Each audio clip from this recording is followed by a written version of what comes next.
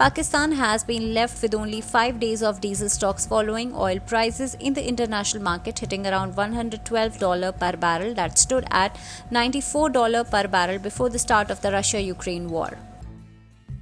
The conflict between the two countries has caused the falling of global diesel stocks and other middle distillates to the lowest seasonal level since 2008.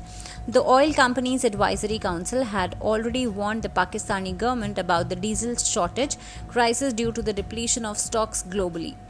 Another reason was that Pakistani banks had also put the oil companies at high risk category and refused to grant loans.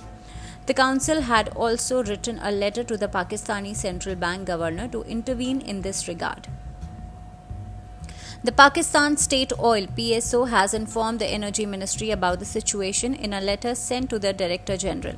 The company pointed out that oil marketing companies had defaulted in oil imports, especially high-speed diesel from December to March because of the Russia-Ukraine war.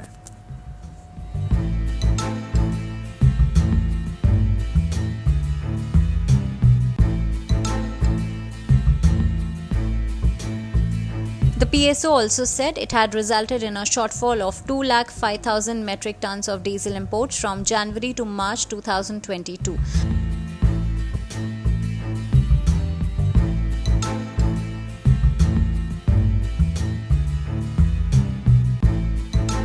According to the U.S. Energy Information Administration, distillate fuel oil inventories in the U.S. fell by 21% to 30 million barrels that were below the pre-pandemic 5-year seasonal average and at the lowest level since 2005.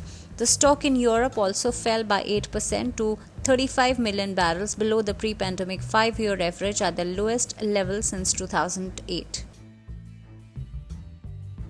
Soaring crude oil prices will also impact the Indian market as the country is heavily dependent on imports to meet its energy requirements. About 86% of the country's crude oil requirements are met through imports.